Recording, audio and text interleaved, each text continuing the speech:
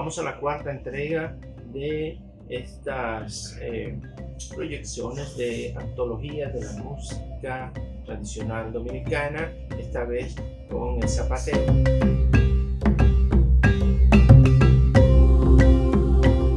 Con Yerli de la Rosa Calvo en la marimba, Jesús Tejeda en el acordeón, Raúl Sánchez en la güira y un servidor en la tambora usada como barcía. El zapateo dominicano, como su nombre lo indica, es otra de las tradiciones latinoamericanas que muestra una notable influencia hispana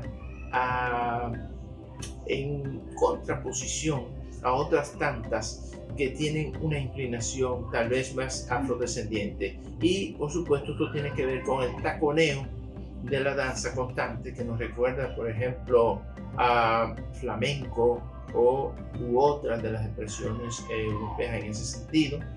Y además, por supuesto, tiene que ver mucho con este baile de pareja y algunas de estas otras influencias de danzas del norte de África que llegaron a Europa previamente al encuentro de América y el viejo continente.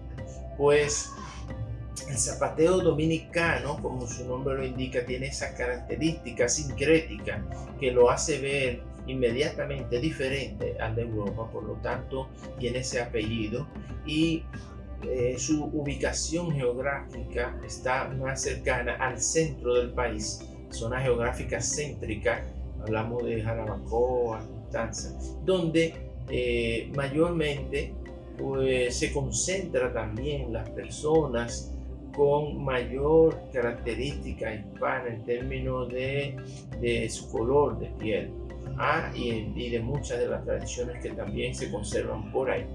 Pues el zapateo es igualmente otra expresión festiva que se toca con acordeón, güira, marimba y tambora, y en su momento pues también barcier cuando pues se toca el fandango, que es una de las partes. O sea, este es un complejo musical y danzario que ustedes lo van a ver que tiene 4 movimientos que son, ¿verdad?, el guarapo, el zarambo, el callao y el fandango. Así es que no sé si exactamente es el orden, sobre todo de los primeros 2 que mencioné, pero ustedes lo van a ver en el video. Los dejo con el zapateo.